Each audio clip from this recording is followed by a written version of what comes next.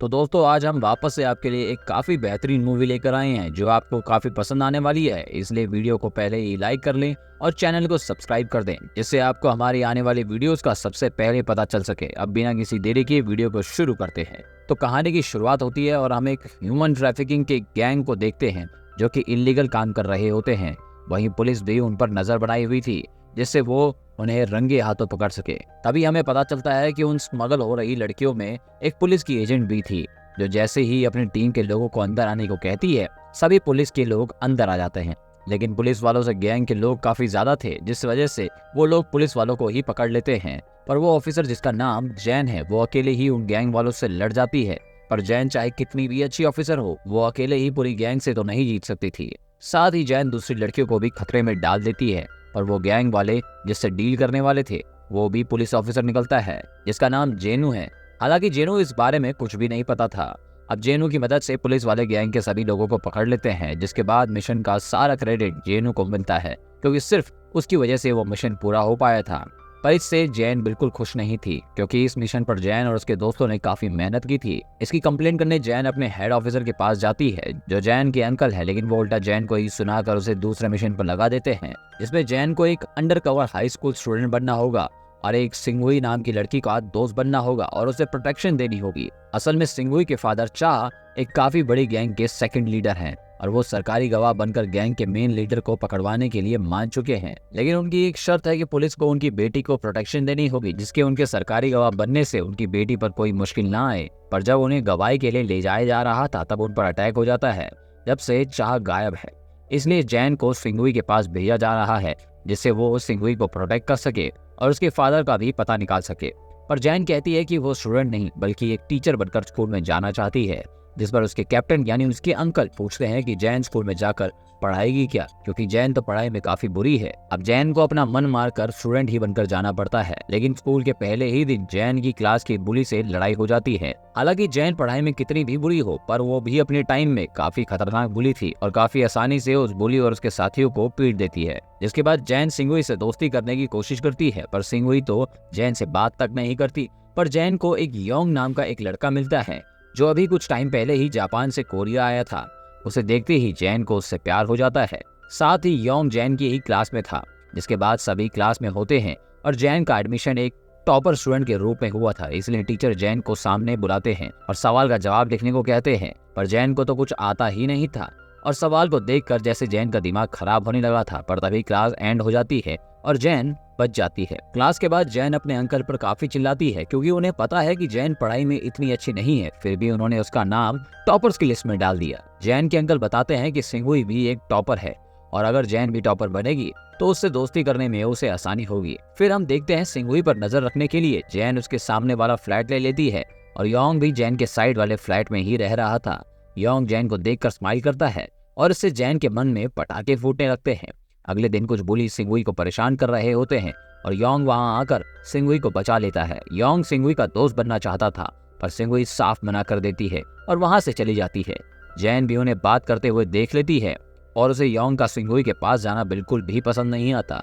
एक दिन सिंगुई के फादर उससे मिलने स्कूल में आते हैं और सिंगुई अपने फादर से गुस्सा रहती है क्योंकि उनकी लापरवाही की वजह से सिंगुई की मदर की डेथ हो गई थी। लेकिन फिर भी सिंगुई को अपने फादर की काफी चिंता रहती है, इसलिए जब सिंगुई के फादर उसे अब्रॉड जाने की टिकट देते हैं सिंगुई मना कर देती है और यही रहने को कहती है। वहीं दूसरी तरफ हम देखते हैं जैन से बदला लेने के लिए वो बुली गर्ल अपने बॉयफ्रेंड को लाती है और उसका बॉयफ्रेंड जैन को फाइट करने के लिए चैलेंज करता है। जैन भी उसका चैलेंज एक्सेप्ट कर लेती है। पर तभी जैन ध्यान देती है कि सिंगुई काफी देर से टॉयलेट से बाहर नहीं आई, तो जैन को शक होने लगता है कि कहीं उसके फादर उससे मिलने तो नहीं आए हैं। जैन टॉयलेट में चेक करने जाती है और वो सिंगुई के फादर को भागते हुए देख लेती है। जैन अपनी टीम को इस बारे में इन्फॉर्म करती है और खुद भी उनके पीछे भागती है। पर जैन के काफी कोशिश करने के बाद भी सिंगुई के फादर उसके हाथ से निकल जाते हैं। अब जैन अपनी टीम से मिलती है और वो जैन से उसका अगला मूव पूछते हैं, जिस पर जैन कहती है कि अब वो डायरेक्ट सिंगुई से ही पूछेगी और जब वो सिंगुई को 3rd डिग्री देगी तब वो खुद ही अपने फादर का पता बता देगी। पर जैन के अंकल उसे ऐसा कुछ करने से मना करते हैं और कहते हैं कि वो सिंगुई को परेशान करने के लिए कुछ गुंडे भिजवाएंगे और जब वो सिंगुई को परेशान कर रहे होंगे तब जैन वहां आकर सिंगुई को बचा लेगी जिससे उनके बीच दोस्ती हो जाएगी। अब जैन स्कूल वापस आ जाती है और स्कूल से ऐसे अचानक बाहर भागने के लिए जैन को पनिशमेंट मिलती है अगले दिन जब जैंग सिंगुई के पीछे चल रही होती है जिससे मौका आने पर वो सिंगुई की मदद कर सके, पर तभी वो बुली गर्ल और उसका बॉयफ्रेंड आ जाता है और जैन उनसे लड़ने में बिजी हो जाती है और सिंगुई आगे निकल जाती है। जब जैन सिंगुई के पास पहुंचती है तो वो देखती है कि योंग ने पहले ही सिंगुई को बचा लिया है और अब योंग और सिंगुई अच्छे दोस्त बन गए हैं। तभी जैन भी योंग के पास पहुंच जाती है और उसके साथ घर जाने लगती है। रास्ते में जैन देखती है कि योंग के पैर में चोट लगी है तो जैन योंग के पट्टी बांधती है। असल में जैन योंग के फाइटिंग मूव से काफी इम्प्रेस थी। अगले दिन स्कूल में जेनु एक टीचर बनकर आता है जिसने जैन के पिछले मिशन का सारा क्रेडिट ले लिया था। जैन उसे देखकर काफी गुस्से में आ जाती है और अपने अंकल से इस बारे में बात करती है। जैन को पता चलता है कि जेनु को इस मिशन को ज्वाइन करने के लिए ऊपर से ऑर्डर्स आए हैं और अब जैन को जेनु की बात माननी होगी। ये बात जैन को बिल्कुल भी मंजूर नहीं थी क्योंकि वो जेनु को बिल्कुल भी पसंद नहीं करती थी। फिर जैन अपने अंकल को बताती है कि उस दिन स्कूल बंक करने की वजह से टीचर्स ने उसे स्कूल में बुलाया है। जिसके बाद हम देखते हैं कि जैन के अंकल जैन के टीचर से मिलते हैं और उन्हें रिश्वत देकर मामला खत्म करने को कहते हैं, पर इससे टीचर्स को गुस्सा आ जाता है और वो जैन के अंकल को कानून की सारी धाराएं बता देते हैं और बताते हैं कि वो एक पुलिस ऑफिसर बनना चाहते थे, इसलिए वो उन्हें रिश्वत देने की कोशिश ना करे। फिर टीचर जैन के अंकल को बताने लगते हैं कि उनकी बेटी किसी चीज में अच्छी नहीं है और वो पढ़ाई में काफी ज्यादा बुरी है, साथ ही वो हमेशा लड़ाई झगड़े में रहती है। अब ये सब कुछ जानने के बाद अंकल जैन को कान खींचते हुए साइड में लाते हैं और उससे पूछते हैं कि वो यहाँ मिशन पूरा करने आई है या अपनी पुरानी हरकतों को दोहराने। फिर अंकल जैन को धमकी देते हैं कि अगर उसकी वापस से कोई शिकायत आई तो वो उसे पुलिस से निकाल देंगे। सीन शिफ्ट होता है और हम उस गैंग के लीडर बे को देखते हैं जो अब भी सिंगुई के फादर चाह को ढूंढ रहा होता है और वो सिंगुई के रूम में कैमरा लगवा देता है। अब जेनु सभी को बताता है कि उसे चाह के एक काफी खास आदमी का पता चला है जो शायद उसे चाह तक पहुंचा दे। जैन कहती है कि अब हो सकता है कि इसे सिंगुई को भी खतरा हो, इसलिए उन्हें सबको सब कुछ बता देना चाहिए, पर जेनु उसके लिए मना कर देता है और जैन को ऐसा कुछ ना करने के लिए कहता है जिससे उनका ये मिशन खराब हो। साथ ही जेनु जैन के पिछले मिशन को लेकर उसकी काफी बेइज्जती भी करता है। जैन को इससे काफी बुरा लगता है, इसीलिए वो मन हल्का करने के लिए ड्रिंक करने चली जाती है, पर जैन की किस्मत इतनी बुरी होती है कि वहाँ उसे उसके टीचर मिल जाते हैं और वो उसे ड्रिंक्स करते हुए देख लेते हैं तो टीचर वापस से जैन के अंकल को शिकायत कर देते हैं। फिर अंकल जैन को काफी सुनाते हैं कि वो ड्यूटी के टाइम ड्रिंक कैसे कर सकती है। अब जैन काफी निराश हो जाती है, इसीलिए जैन के अंकल उससे ज्यादा उदास ना होने की कहते हैं और कुछ पैसे भी दे देते हैं। लेकिन तभी जैन की एक क्लासमेट उसे पैसे लेते हुए देख लेती है और वो जैन को कुछ और ही समझ लेती है। अगले ही दिन वो लड़की पूरी क्लास में वो बात सभी को बता देती है और जैन के पास कोई बैठता तक नहीं। तभी सिंगुई जैन के पास आती है और उसे बताती है कि उसने जैन के बारे में जो कुछ अफवाह उड़ रही है वो सुनी है, पर फिर भी सिंगुई जैन के साथ दोस्ती करने के लिए मान जाती है और जैन काफी खुश होती है कि किसी भी बहाने से उसकी सिंगुई से दोस्ती तो बनी। जिसके बाद हम देखते हैं कि जेनु को योंग पर थोड़ा शक होता है तो वो उसे बात करने के लिए बुलाता है और उससे उसकी फैमिली के बारे में पूछता है, जिस पर योंग बताता है कि उसकी फैमिली जापान में ही रहती है।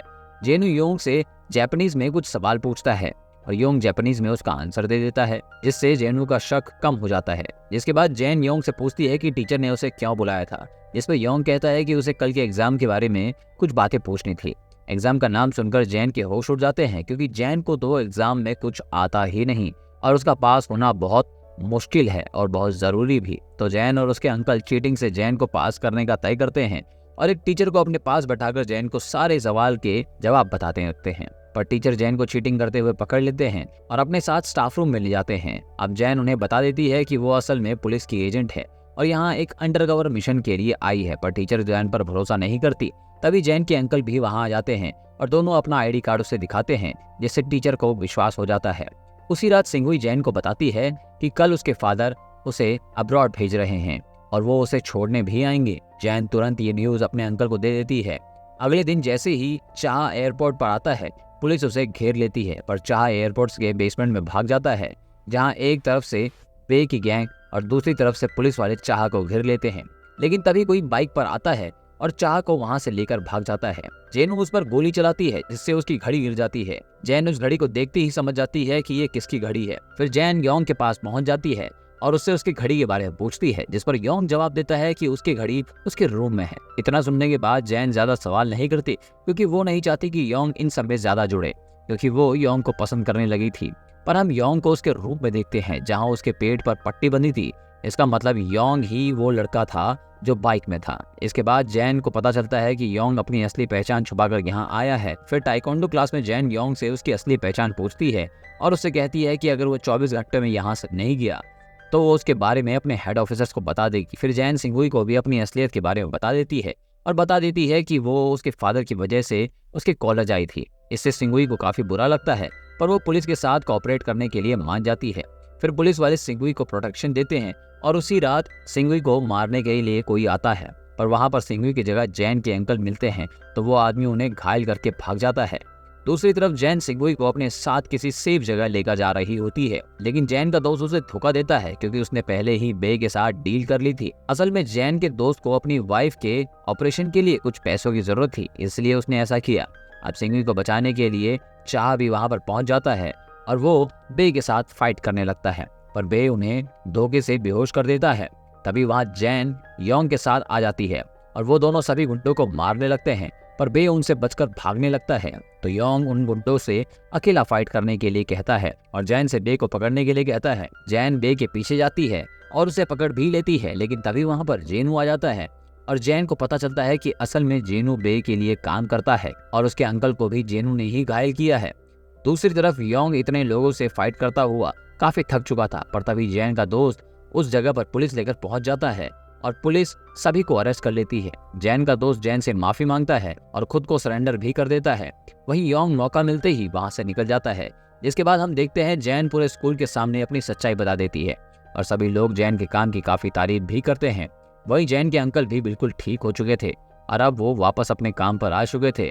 फिर जैन को एक नया मिशन मिल जाता है और अब की बार वो एक नन बनी थी, जहां उसे वापस से योंग मिल जाता है और अभी तक पता नहीं चला था कि योंग असल में किसके लिए काम करता है। फिर योंग और जैन के किस के साथ ये मूवी यहीं पर एंड होती है। देखने के लिए बहुत बहुत शुक्रिया। Thank you so much.